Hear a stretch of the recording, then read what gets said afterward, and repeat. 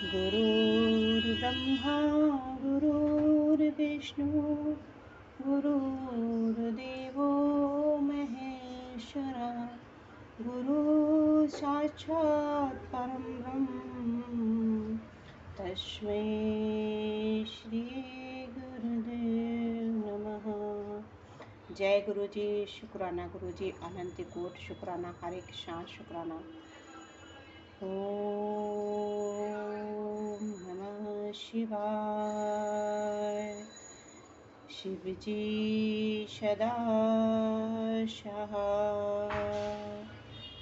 ओम नमः शिवाय।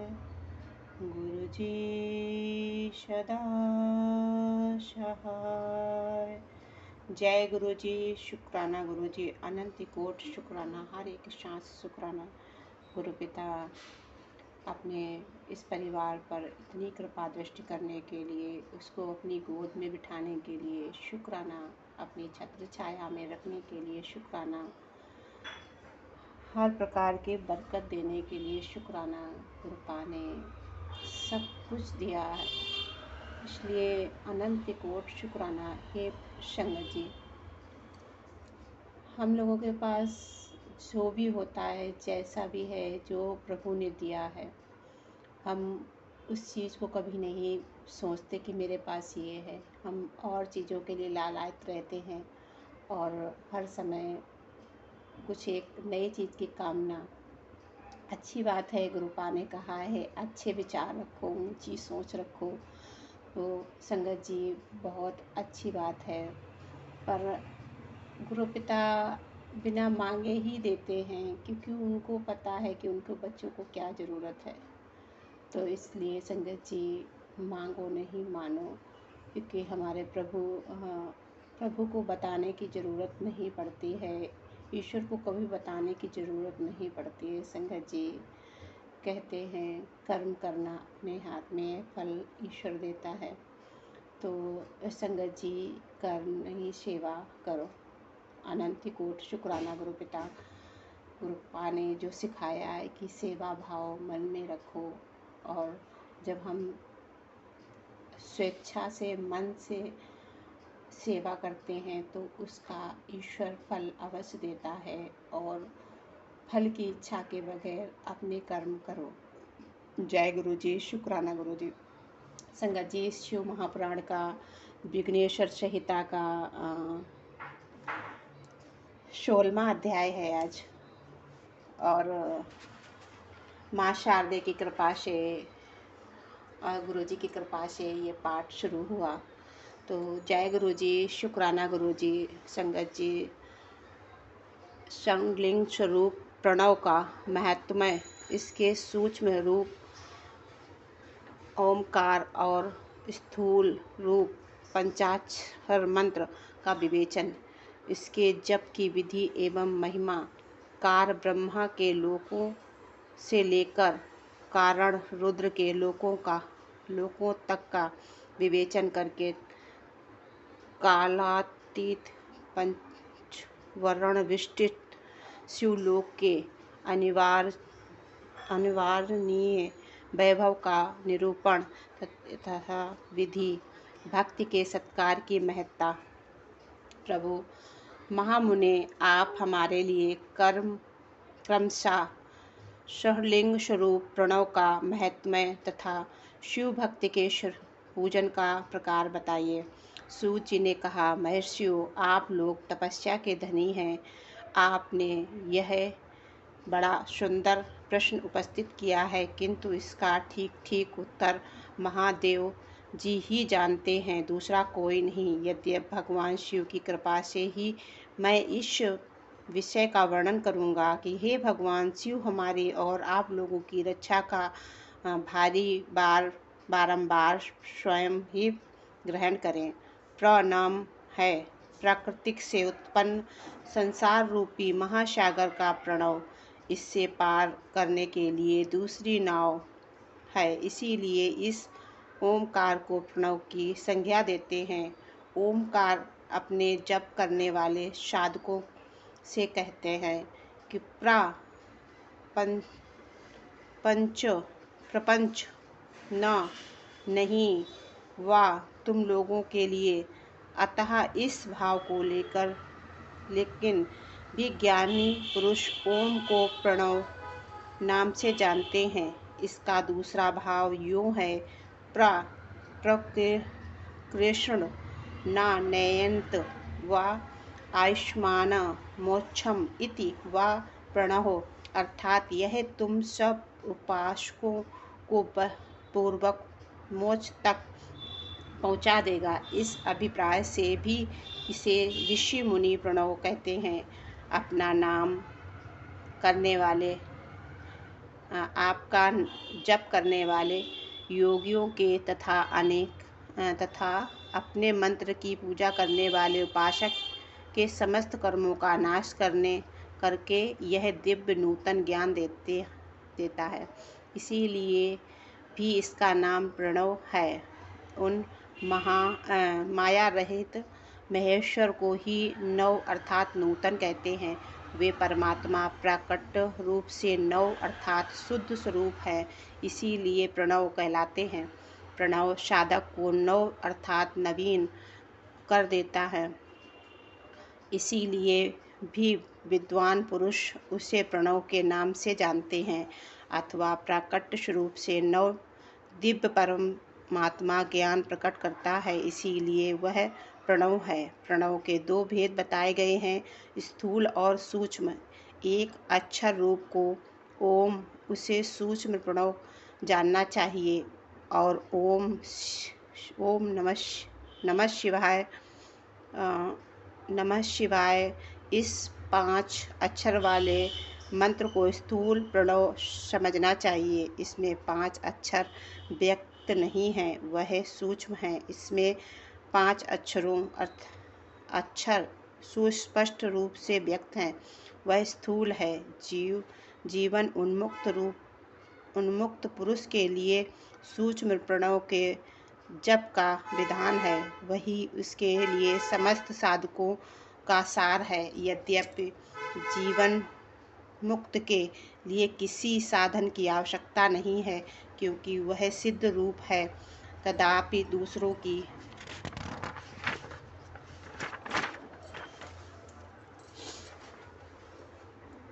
दृष्टि से जब तक उसका शरीर रहता है तब तक उसके द्वारा प्रणव जप की सहज साधना स्वतः होती है। वह अपनी देह का विलय होने तक सूक्ष्म प्रणव मात्र का जप और उसके अर्थभूत परमात्मा तत्व का अनुसंधान करता है।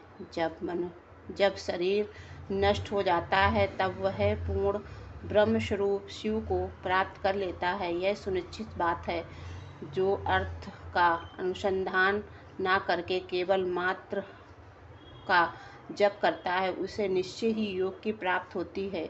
जिसने 36 करोड़ मंत्र का जप कर लिया, उसे अवश्य ही योग प्राप्त हो जाता है। सूक्ष्म प्रणव के ही श्रव और दीर्घ से भेद से 2 रूप जानने चाहिए, आकार, उकार, मकर, बिंदु, नाद, शब्द, काल और कला। इनमें से युक्त जो प्रणव है उसे दीर्घ प्रणव कहते हैं।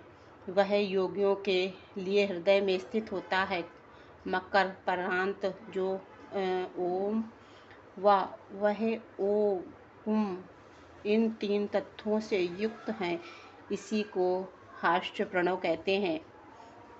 आ शिव, उ शक्ति और मकर उन दोनों की एकता है, वह त्रितत्व स्वरूप है। ऐसा समझकर हास्य प्रणव का जप करना चाहिए। जो अपने समस्त पापों का क्षय करना चाहते हैं, उसके लिए इस हास्य प्रणव का जप अत्यंत आवश्यक है।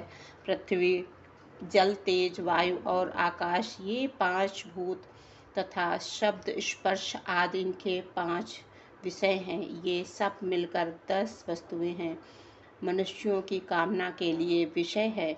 इनकी आशा मन में लेकर जो कर्मों के अनुष्ठान में संलग्न होते हैं, वे 10 प्रकार के पुरुष वृत्ति कहलाते हैं। तथा जो निष्काम भाव से शास्त्र विधि कर्मों का अनुष्ठान करते हैं, वे निवृत्त कहे गए हैं। प्रवृत्त पुरुषों को हास्य प्रणव का ही जप करना चाहिए और निवृत्त पुरुषों को दीर्घ प्रणव का व्याकृतियों और अन्य मंत्रों आदि से इच्छानुसार शब्द और कला से युक्त प्रणव का उच्चारण करना चाहिए। वेद के आदि में और दोनों संध्याओं की उपासना के समय भी ओंकार का उच्चारण करना चाहिए। प्रणव का 9 करोड़ जप करने से मनुष्य शुद्ध हो जाता है। फिर 9 करोड़ का जप करने से वह पृथ्वी तत्व पर विजय पा लेता है और तत्पश्चात पुनः 9 करोड़ का जप करके वह जल तत्व को जीत लेता है। पुनः 9 करोड़ जप करने से अग्नि तत्व पर विजय प्राप्त होती है। तदंतर फिर 9 करोड़ का जप करके वह वायु तत्व पर विजयी होता है। फिर 9 करोड़ के जप करने से आकाश को अपने अधिकार में कर लेता है। इसी प्रकार 9 करोड़ का जप करके वह क्रमशः गंध, रस, रूप, स्पर्श और शब्द पर विजय पाता है। इसके बाद फिर 9 करोड़ का जप करके अहंकार को भी जीत लेता है। इसी तरह 108 करोड़ प्रणव जप करके उत्कृष्ट बोध को प्राप्त हुआ पुरुष शुद्ध होकर शुद्ध योग का लाभ करता है। शुद्ध योग से युक्त होने पर वह जीवन मुक्त हो जाता है, इसमें संशय नहीं है। सदा प्रणव जप और प्रणव रूपी शिव का ध्यान करते करते समाधि में स्थित हुआ महायोगी पुरुष साक्षात शिव ही है, इसमें संशय नहीं है। पहले अपने शरीर में प्रणव के ऋषि, चंद्र और देवता आदि का न्यास करके फिर जप आरंभ करना चाहिए। आकारादि मात्र का वर्णों से युक्त प्रणव का अपने अंगों से न्यास करके मनुष्य ऋषि हो जाता है। ऋषियों के 10 विधि संस्कार मात्र का न्यास तथा शोषण आदि के साथ संपूर्ण न्यास फल उसे प्राप्त हो जाता है। प्रवृत्ति तथा प्रवृत्ति निवृत्ति मिश्रित भाव वाले पुरुषों के लिए स्थूल प्रणव का जप ही अभिष्ट साधक होता है। क्रिया, तप और जप के योग से शिव योगी 3 प्रकार के होते हैं, जो क्रमशः क्रिया योगी, तप योगी और जप योगी कहलाते हैं। जो धन आदि वैभव से पूजा सामग्री का संचय करके हाथ आदि अंगों से नमस्कार क्रिया करते हुए इष्ट देव की पूजा में लगा रहता है, वह क्रिया योगी।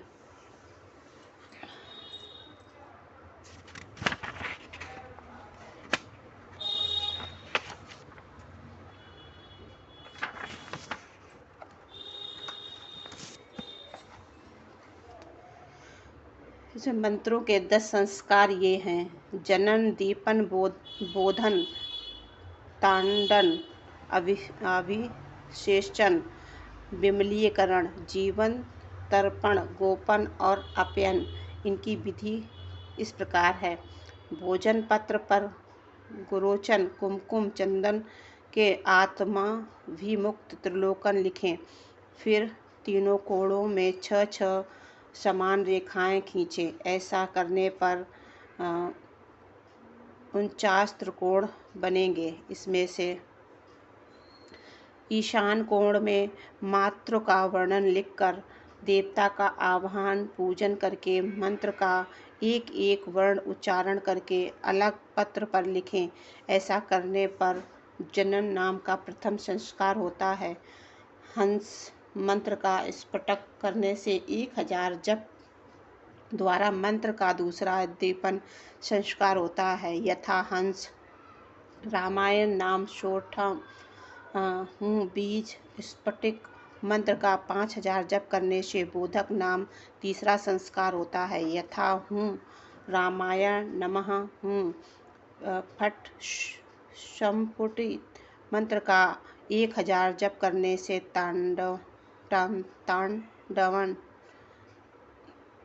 नामक चतुर्थ संस्कार होता है। यह फट रामाय नमः फट भोज्य पत्र मंत्र लिखकर रो हंसः ओ इह इस मंत्र से जल को अभिमंत्रित करके उस अभिमंत्रित जल से अश्वत्थ द्वारा मंत्र का अभिषेक करें। ऐसा करने से अभिषेक नामक 5वां संस्कार होता है। ओम त्रो वटस इन वर्णों से स्फटिक मंत्र का 1000 जप करने से विमलीकरण नामक 6वां संस्कार होता है। यथा ओह त्रो वटस रामायण नमः वटस्त्रो ओ स्वधा वटस संपुटिक मूल मंत्र का 1000 जप करने से जीव नामक 7वां संस्कार होता है। यथा स्वधा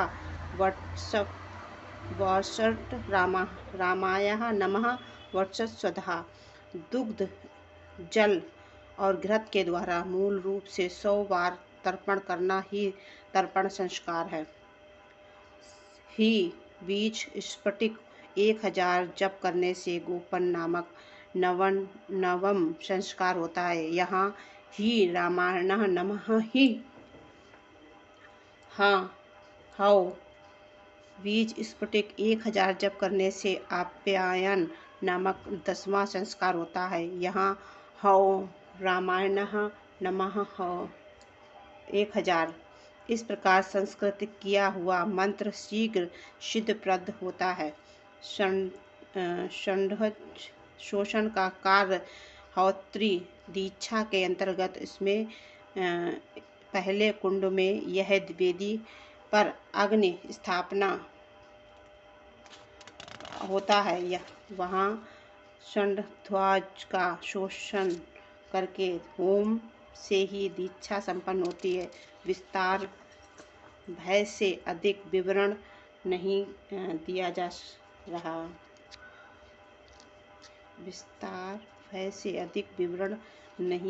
रहा है।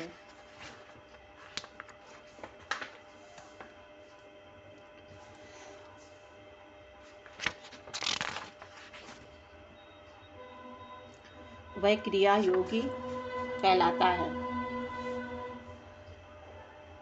पूजन में संलग्न रहकर जो परिमित भोजन करता है वह ब्रह्म इंद्रियों को जीत कर वश में किए रहता है और मन को भी वश में करके पर दोहे आदि दूर करता है, वह तप योगी कहलाता है। इन सभी सद्गुणों के युक्त होकर जो शुद्ध भाव से रहता है तथा समस्त काम आदि दोषों से रहित हो शांत चित्त से निरंतर जप किया करता है, वह महात्मा पुरुष जप योगी मानते हैं। जो मनुष्य 16 प्रकार के उपचारों से शिव योगी परमात्माओं की पूजा करता है वह शुद्ध रूप से सालोक्य आदि के क्रमशः उत्तरोत्तर उत्कृष्ट मुक्त को प्राप्त कर लेता है। तो जो अब मैं जप योग का वर्णन करता हूँ, तुम सब लोग ध्यान लेकर सुनो। तपस्या करने के लिए जप का उपदेश किया गया हो, क्योंकि वह जप करते करते आपको सर्वथा शुद्ध कर लेता है। ब्राह्मणों पहले नमः पद हो, उसके बाद चतुर्थी विभक्ति में शिव शब्द को, तो पंच तत्व का मंत्र ओम नमः शिवाय मंत्र होता है। इसे शिव पंचाक्षर कहते हैं। यह स्थूल प्रणव स्वरूप है। इस पंचाक्षर के जप से ही मनुष्य संपूर्ण सिद्धियों को प्राप्त कर लेता है। पंचाक्षर मंत्र के आदि में ओंकार लगाकर ये सदा उसका जप करना चाहिए। तो जो गुरु के मुख से पंचाक्षर मंत्र का उपदेश पाकर जहाँ सुख पूर्वक निवास किया जा सके ऐसी उत्तम भूमि पर महीनों के लिए पूर्व पक्ष शुक्ल में आरंभ करके कृष्ण पक्ष की चतुर्थी शीत तक निरंतर जप करते रहें। माघ और भादों के महीने अपना विशिष्ट महत्व रखते हैं। यह समय सब समयों के उत्तमोत्तम माना गया है। साधक को चाहिए कि वह प्रतिदिन एक बार परिमित भोजन करे, मौन रहे, इंद्रियों को वश में रखे, अपने स्वामी एवं माता पिता की नित्य सेवा करे। इस नियम से रहकर जप करने वाला मनुष्य 1 सहस्त्र जप से ही शुद्ध हो जाता है, अन्यथा वह ऋषि ही होता है। भगवान शिव का निरंतर चिंतन करते हुए पंचाक्षर मंत्र का 5 लाख जप करें। जप काल में इस प्रकार ध्यान करें कि कल्याण दाता भगवान शिव कमल के आसन पर विराजमान है। उसका मस्तक श्री गंगा जी तथा चंद्रमा की कला से सुशोभित होता है। उनकी बाईं जंघा पर आदि शक्ति भगवती उमा बैठी हैं। वहाँ खड़े हुए बड़े बड़े गढ़ भगवान शिव की शोभा बढ़ाते रहते हैं। महादेवी जी अपने 4 हाथों में मृग मुद्रा, टंक तथा वार एवं अभय की मुद्रा धारण किए हुए हैं। इस प्रकार सदा सब पर अनुग्रह करने वाले भगवान सदा शिव का बारंबार स्मरण करते हुए हृदय अथवा शूर मंडल में पहले उनकी मानसिक पूजा करके फिर पूर्वाभिमुख को पूर्वोक्त पंचाक्षर विधि का जप करें। उन दिनों साधक सदा शुद्ध कर्म ही करें और दुष्कर्मों से बचा रहे। जबकि समाप्ति के दिन कृष्ण पक्ष की चतुर्थी को प्रातःकाल नित्य कर्म करके शुद्ध और सुंदर स्थान में शौच आदि नियमों से युक्त को शुद्ध हृदय से पंचाक्षर मंत्र का 12 सहस्त्र जप करें। तत्पश्चात 5 संपत्ति का ब्राह्मणों का जो श्रेष्ठ और विभक्ति शिव भक्त हो वर्ण करें। इसके अतिरिक्त एक श्रेष्ठ आचार वर्ण का भी वर्ण करके और उसे सदाशिव का स्वरूप समझें। ईशान, तत्पुरुष, अघोर, वामदेव और सद्धोजात इन 5 के प्रतीक स्वरूप 5 ही श्रेष्ठ हैं। शिव भक्ति ब्राह्मणों का वर्णन करने के पश्चात पूजन सामग्री को एकत्र करके भगवान शिव का पूजन आरंभ करें। विधि पूर्वक शिव की पूजा संपन्न करके होम आरंभ करें। अपने ग्रह सूत्र के अनुसार सुखांत कर्म करके अर्थात परिशन, मुहन, उपलेपन, उल्लेखन, मृद, उद्धरण और अभ्याक्षण इन 5 भू संस्कारों के पश्चात वेदी पर स्वाभिमुख अग्नि को स्थापित करके कुश कंडिका के अंतर प्रज्वलन आदि में अजय भागतः आहुति देकर प्रस्तुत होम का कार्य आरंभ करें। कपिला गाय के घी 11, 101 अथवा 1000 एक आहुति स्वयं ही दें अथवा विद्वान पुरुष शिव भक्त ब्राह्मणों से 108 आहुतियाँ दिलाएं। होम कर्म समाप्त होने पर गुरु को दीक्षा के रूप में 1 गाय और 1 बैल देने चाहिए। ईशान आदि के प्रतीक रूप से जिन 5 ब्राह्मणों का वर्णन किया गया हो उनको ईशान आदि का स्वरूप ही समझे तथा आचार को संबंध सदा शिव का स्वरूप माने। इसी भावना से 7 इन सबके चरण धोएं और उसके चरणोदक से अपने मस्तक को सींचे। ऐसा करने से वह साधक अगणित तीर्थों में तत्काल स्नान करने का फल प्राप्त कर लेता है। उन ब्राह्मणों को भक्तिपूर्वक 10 आसन अन्न देना चाहिए। गुरु पत्नी को पराशक्ति मानकर उनका भी पूजन करें। ईशान आदि क्रम से उन सभी ब्राह्मणों को उत्तम अन्न से पूजन करके अपने वैभव विस्तार के अनुसार रुद्राक्ष वस्त्र, बड़ा और पूजा आदि अर्पित करें। तदंतर दिग्पाल को बलि देकर ब्राह्मणों को भरपूर भोजन कराएं। इसके बाद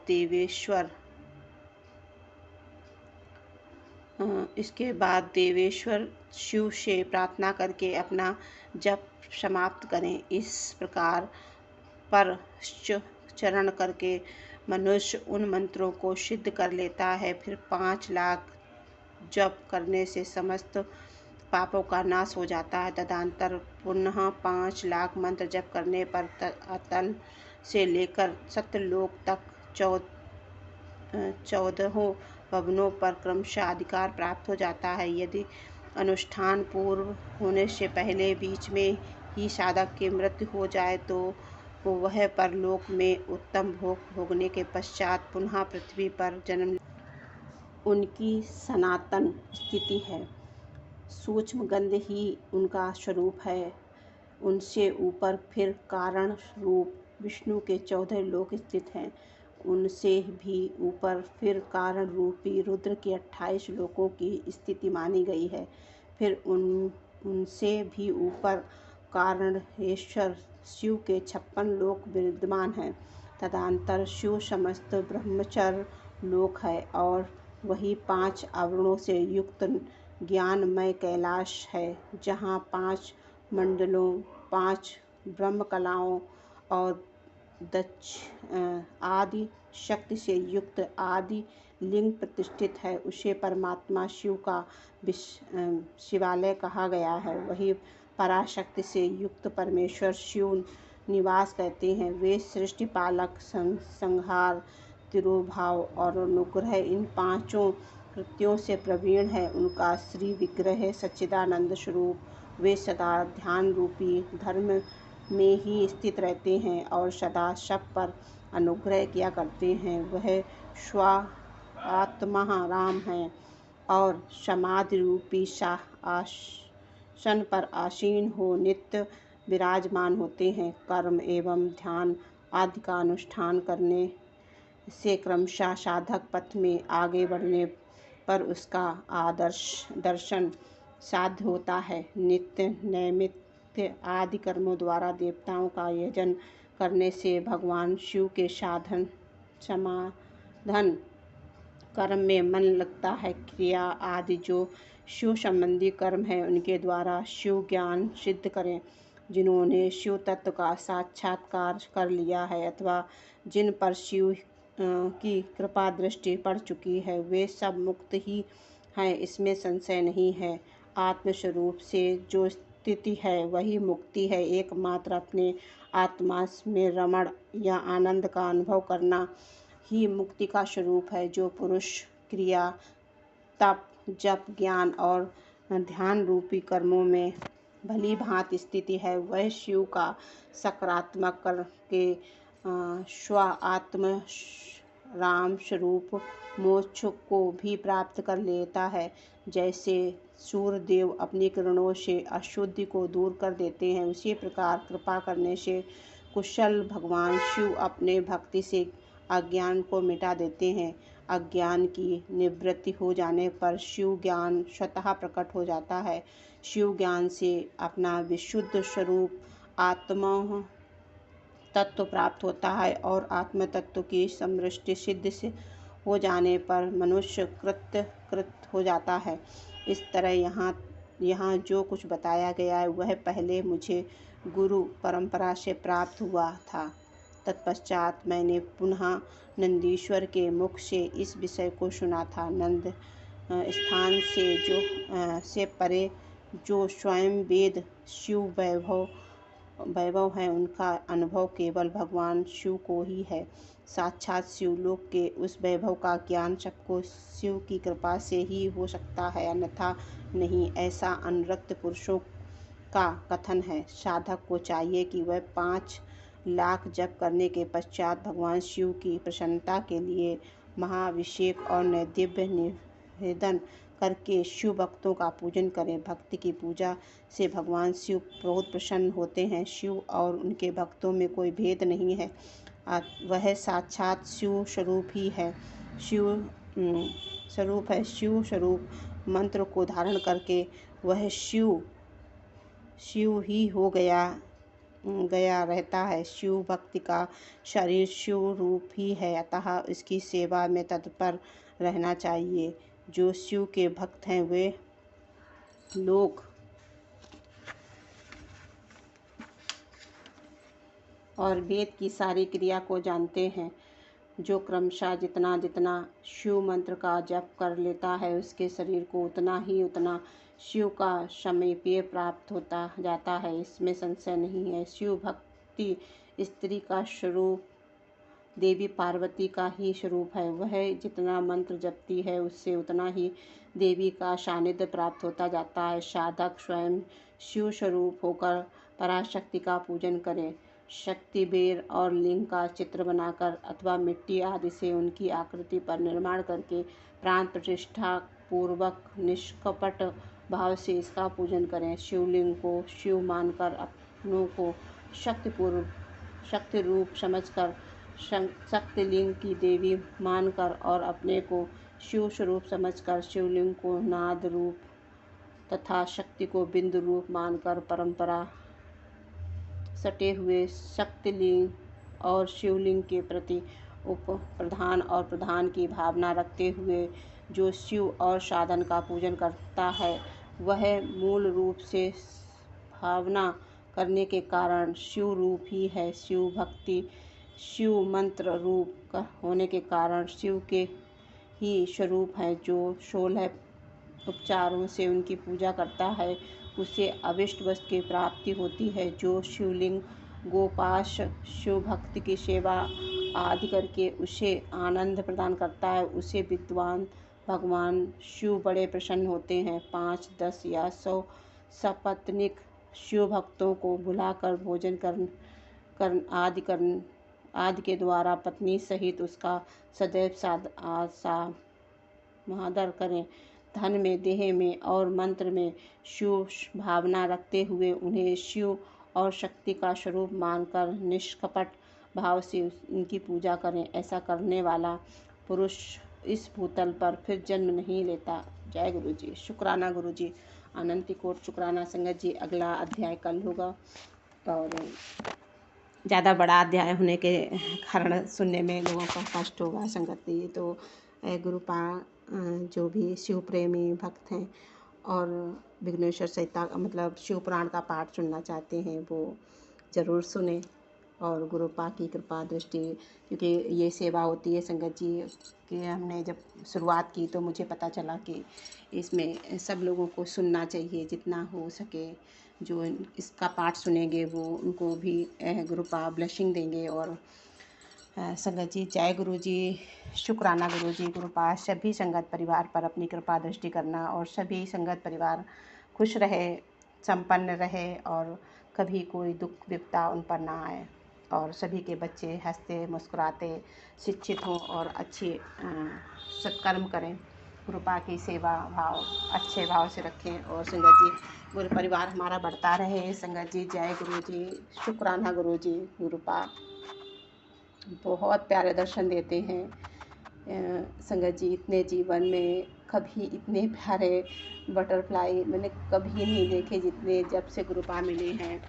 तो इतना एक मनोरम दृश्य सा प्रकट हुआ है और जितनी अनुभूति मैंने की है वो शब्दों में बयान नहीं की जा सकती।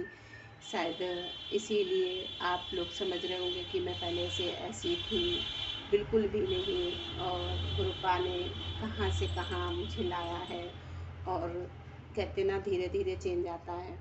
तो शुक्राना गुरु पिता, शुक्राना अनंत कोट शुक्राना हरे कृष्ण शुक्राना। जय गुरु जी। संगत जी जय गुरु जी। शुक्राना गुरु जी।